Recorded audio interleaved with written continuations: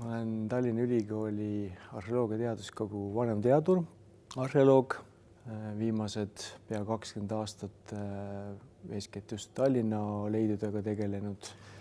Linnateatri objektis on päris mitu tahku on huvitavad. Esiteks, Tallinna vanalinna põhjapoolses osas ei ole väga palju arheoloogilisi uuringuid toimunud, sellepärast et vanalinn, kui ta sai märtsi pommitamises 44 kannatada, siis eelkõige puudutas vanalinna lõunaosa ja kuna hoonestus säilis põhjaosas, siis ei ole õnnestunud seal korraldada kaevamisi väga palju, et on ainult mõned suuremad uuringud ja üks nendest oli 80ndatel aastatel sealsamas noorsooteatri, linnateatri kinnistul. Et see on selline meeldiv jätk lootuses, et ehk õnnestub midagi saada täiendavat juurde teada. Nendest paarist tuhandest leiust, mis eelmisel aastal välja kaevati, on siia sellele pisikesele näitusele välja valitud kümmekond. Nende seas on siis sellist, mis on üsna tavaline kogu Tallinna leiuaineses, selliseid, mida me näeme kas esmakordselt või oleme üsna harva leidnud. Kui nüüd rääkida sellisest tavalisest erilisest, siis tavaline eriline on näiteks selline rahakarp. Rahakarpide katkeid tuleb ikka siit-sealt välja, kuid tavaliselt on nad pisikesed killud, sellepärast et pärast seda, kui rahakarp sai täis või tekkis vajadus võtta oma sääste, siis ainukene võimalus neile ligi pääseda oli karp katki teha. Ja tavaliselt on see toimunud palju robustsemalt kui sellel puhul. Et siin on põhimõtteliselt võib ette kujutada, et samamoodi nagu šampuse pudelil on pealt kork maha võetud, on siin ka toimunud selline kiire liigutus. Ma ei tea, võib-olla tehti seda sellepärast, et kunagi arheoloogid tahaksid võimalikult tervet asja näha. Samamoodi on ühest küljest väga tüüpiline leida nahkesemeid, kuid niivõrd hästi säilinud, ehk siis kus on terve kuju on alles, selliseid haruharva tuleb Tallinnas välja. Neid peaks olema 3-4 üldse kogu Tallinna keskaegse leiuainese peale. Samamoodi üheks selliseks erandlikuks esemeks, mille puhul võib öelda, et ei ole kindlasti tavaline eriline, vaid lihtsalt eriline, on see väikene mängunupp. Eriliseks teeb ta kaks asja.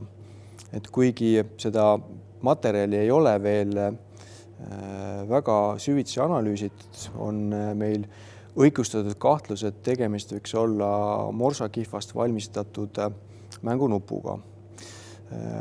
Morsakihv kui kaup ja kui valmisesemetest kraam, seda liikus keskajal Eestis ja Tallinnas ikka väga vähe.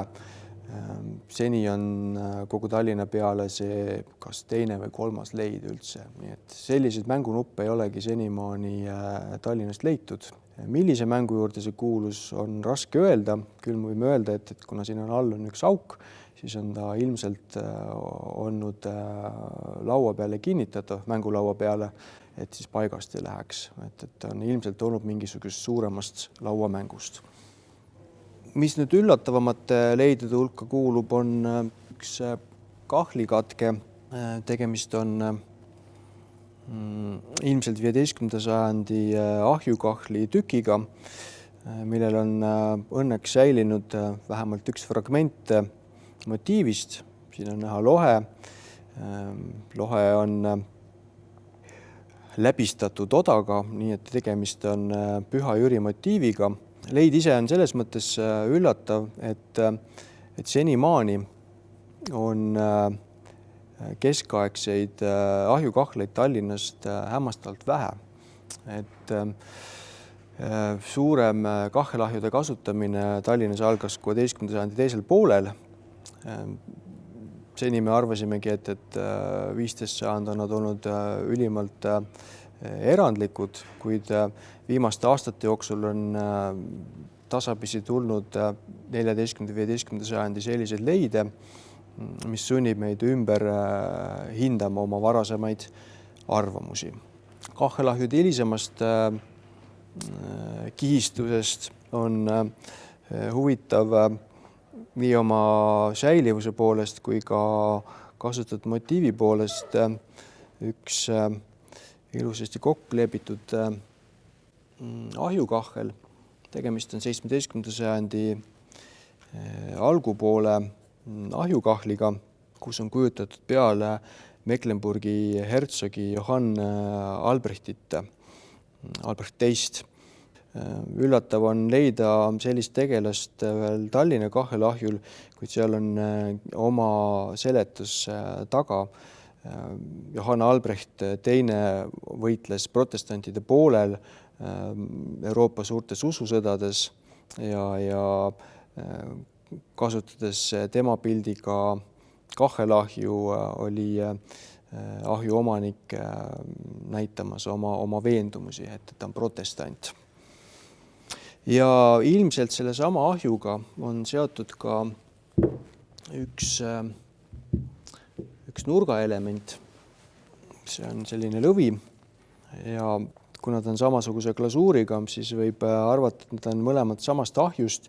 Lõvi on selline kuninglik loom, sümbolloom ja omaaegses tähendusväljas tähendas lõvi võitu. Ehk siis ilmselt selle sama protestantlikule valitsejale juurde pandud lõvi võis tähendada siis õige usu eest võitlejate võitu. Leidjate seas on palju selliseid asju, mis vääriksid samamoodi tutvustamist, kuid kas on hetkel konserveerimisel või on mõnel teisel põhjusel siit kõrvale jäänud. Näiteks on üks leidudest klaaspeekri katke 16. sajandi lõpust, millele on kogu Euroopa peale senimaani teada ainult 10 paralleeli, kusagil Tirooli kandis Austrias tehtud klaaspeeker. Ja sellel on ka veel selline huvitav lugu juures, et kumb kas sellesama klaaspeekri katke või siis sellest samast komplektist, kuhu kuulus teine peeker, tuli välja 80. aastatel noorsooteatri arheoloogilistel kaevamistel, nii et paarkümmend aastat hiljem on leitud üks tükk juurde. Et kui me jätkame samas vaimus, siis võib-olla 100 aasta pärast saame me selle peekri kokku.